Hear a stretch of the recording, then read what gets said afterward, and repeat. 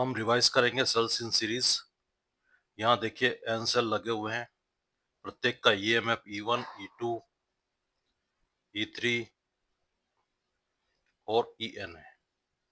कितने सेल है? N cell है। एक्सटर्नल रेजिस्टेंस R है, internal resistance R1, R2, R3, Rn है। क्लियर है? ये कॉम्बिनेशन जो है, ये कॉम्बिनेशन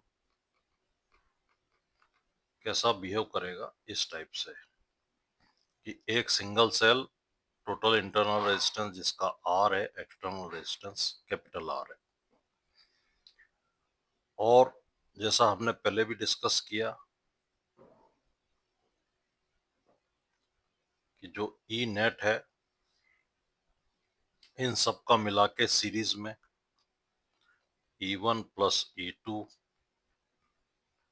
प्लस EN सभी के ईएमएफ का जोड़। और उसका कारण ये है कि सबके पॉजिटिव टर्मिनल एक ही साइड में जुड़े हुए हैं, सभी सेल एक ही डायरेक्शन में मिलके करंट फ्लो करा रहे हैं। क्योंकि सब करंट मिलकर फ्लो करा रहे हैं इसलिए सबका ईएमएफ ऐड हो जाएगा। क्लियर है? इसको आप समेशन ई आई भी लिख सकते हैं, जहां i equal to 1 to n जितने भी सेल हो। इसी प्रकार से टोटल इंटरनल रेजिस्टेंस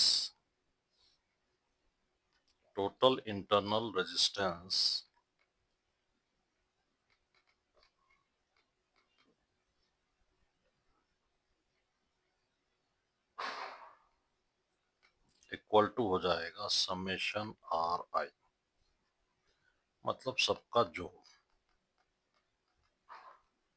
जितने भी इंटरनल रेजिस्टेंस है। ऐसा क्यों होगा? क्योंकि सब सीरीज में। और नेट रेजिस्टेंस जो सर्किट का होगा वो क्या हो जाएगा? External resistance plus sum of all internal. तो इस प्रकार से हम जानते हैं V equal to I R, I equal to V by R, total EMF,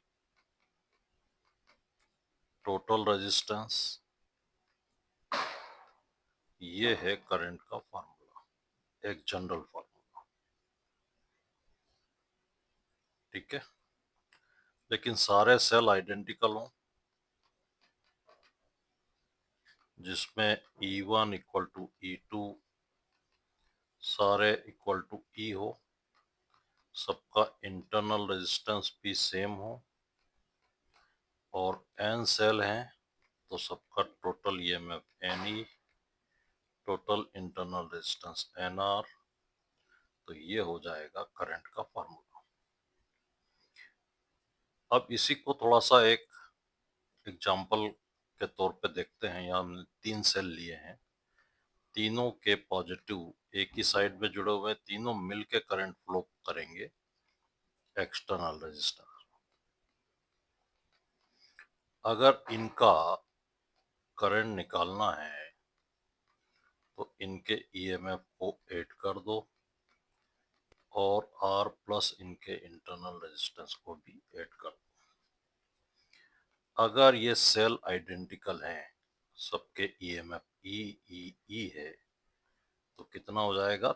3E by R plus 3R। अब इसी में कभी कभी कंफ्यूजन ये हो जाता है, ये वाले सेल का पॉजिटिव, ये वाले सेल का पॉजिटिव एक ही साइड है, दोनों मिलके करंट फ्लो कराएंगे।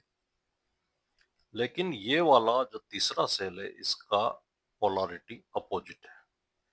आप देखिए ये इस साइड करंट फ्लो कराएगा, हालांकि सर्किट में करंट एक ही डायरेक्शन में फ्लो होगा, लेकिन ये अपोज करेगा।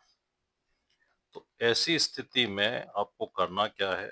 पहले दो को ऐड कर लेना है और तीसरे को सब्ट्रैक्ट कर लेना है। लेकिन याद रहे इंटरनल रेजिस्टेंस में सब्ट्रैक्ट नहीं करना है, ऐड ही करना है। तो ये होगा फॉर्मूला ऐसी परिस्थिति में। अब अगर सारे सेल आइडेंटिकल हों और यही क्वेश्चन हो तो आप देखिए इसका प्लस एक साइड है, दोनों मिलके करंट फ्लो करेंगे, लेकिन ये अपोज करेगा।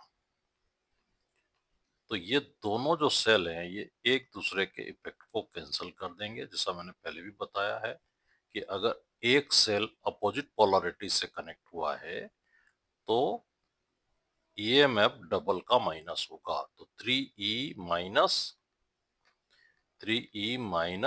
2E, तो ईएमएफ कितना आएगा net, E upon R plus 3R। तो ये छोटी छोटी बातें ध्यान रखनी है क्वेश्चन को सॉल्व करते टाइम। हम कुछ क्वेश्चंस भी देखते हैं।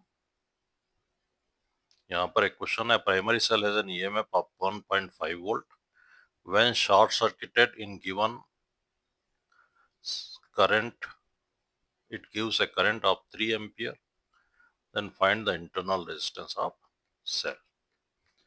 तो एक सेल है जिसका ईएमएफ E 1.5 वोल्ट है, इंटरनल रेजिस्टेंस फाइंड आउट करना है, एक्सटर्नल रेजिस्टेंस R जुड़ा हुआ है, करंट जो फ्लो हो रहा है वो 3 एम्पियर हो रहा है। Primary cell has an EMF of 1.5 volt. When short circuited, it gives a current of 3 ampere. The internal resistance of cell. Short circuited का मतलब ये है कि हमने यहाँ से इसको एक सिंपल वायर से कनेक्ट कर दिया। ऐसी स्थिति में करंट इसमें से फ्लो नहीं होगा, ये शॉर्ट सर्किट हो जाएगा, इसका कोई मीनिंग नहीं है, सारा करंट यहाँ से पास होगा। तो ये वाला जो सर्किट है ये एक ओपन सर्किट की तरह ही है, जिसमें केवल एक सेल है और उसका इंटरनल रेजिस्टेंस है और करंट फ्लो हो रहा है। तो इसमें जो फॉर्मूला लगेगा वो E/R। तो ये ओपन सर्किट या शॉर्ट सर्किट वाली कंडीशन में होगा। अब I इक्वल टू E/R में I 3 एम्पियर है, ये 1.5 है, R निकालना है। R equal to 1.5/3, R equal to 1/2, 0.5। तो ये वाला करेक्ट होगा। ठीक है, अब एक क्वेश्चन और देखते हैं, ये वाला। अब ये क्वेश्चन बहुत ही सिंपल क्वेश्चन है। Determine the current flow through 11 ohm resistance. मतलब ये एक्सटर्नल रेजिस्टेंस से कितना करंट फ्लो हो रहा है जबकि इनके इंटरनल रेजिस्टेंस दिए हैं। अब इतनी प्रैक्टिस के बाद ये एक वर्बल क्वेश्चन है, क्योंकि यहाँ दो सेल लगे हैं जो एक ही डायरेक्शन में करंट फ्लो करा रहे हैं, सीरीज में हैं। तो इसका मतलब उनका ईएमएफ क्या होगा, सम हो जाएगा। इंटरनल रेजिस्टेंस भी R1 प्लस R2, अगर सेम है तो 2R। ठीक है, E1 plus E2 R plus 2R। तो इसको आप वर्बली भी कर सकते हैं। 3 वोल्ट हो गया 6 वोल्ट, ये हो गया 11 और 0.5 12। तो ये हो गया 1/2 और करंट आ गया 0.5 एम्पीयर। तो ये प्रैक्टिस से आपको समझ में आएगा। और एक क्वेश्चन लेते हैं, ये वाला। Internal resistance of two cells shown are 0.1 ohm and 0. यहाँ पर इंटरनल रेजिस्टेंस लगे हैं। If 0.2 ohm means this external, then find the potential difference across the cell। मान लो ये P है, ये Q है और ये X है। तो हमें इसके P और Q के बीच में और Q और X के बीच में पोटेंशियल डिफरेंस निकालना है। ठीक है, इस क्वेश्चन में क्योंकि दोनों की पोलैरिटी देखें, इधर करंट फ्लो कराएंगे, करंट इधर फ्लो होगा, दोनों मिलके कराएंगे, तो हम करंट आसानी से निकाल सकते हैं। 2 volt plus 2 volt 4 volt, R 0.2 plus 0.1 plus 0.3, 3 और 2 5 और 1 6 हो गया। तो I इक्वल टू हो गया 4/0.6, I इक्वल टू हो गया 2/0.3, I हो गया 2/20/3 एम्पियर। ठीक है, अब P एक पॉइंट है, ये इंटरनल रेजिस्टेंस है, Q एक पॉइंट है,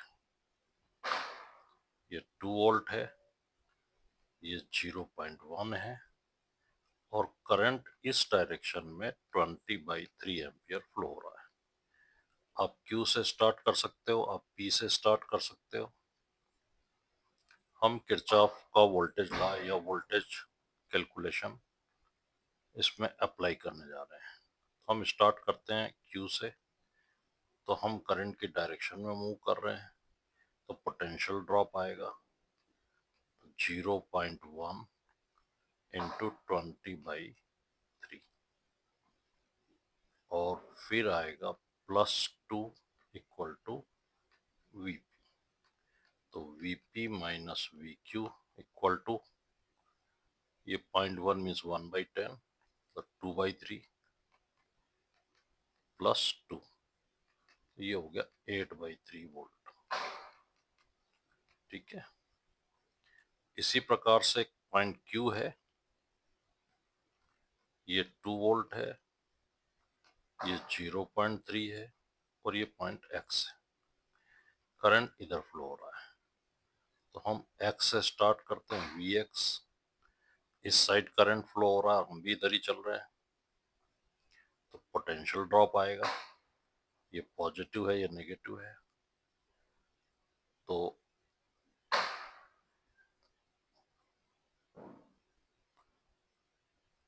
माइनस 0.3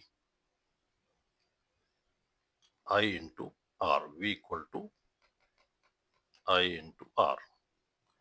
I हो गया 20/3 प्लस 2 इक्वल टू VQ। तो Vx माइनस VQ या VQ माइनस Vx कर सकते हैं, इक्वल टू, ये हो गया 20/3, 0.3, 3 से 3 कैंसिल हो गया, 1/10, -2 + 2 0, ये हो गया 0 वोल्ट, और यहाँ पर पॉजिटिव है, यहाँ नेगेटिव है, ये माइनस आएगा।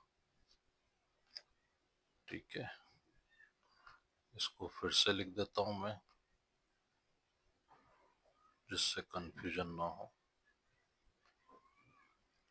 आप Q से स्टार्ट कर रहे हैं, ये प्लस है, ये माइनस है, क्योंकि करंट की डायरेक्शन में आप मूव कर रहे हैं, तो -0.1 इंटू 20/3, और आप प्लस से बाहर निकल रहे हैं, +2 इक्वल टू Vp। तो Vp minus VQ equal to, ये हो गया 2/3 माइनस का, ये हो गया प्लस का, 3 2 जा 6, 6 माइनस 2, 4/3 वोल्ट। ऐसे इसको सॉल्व कर सकते हैं।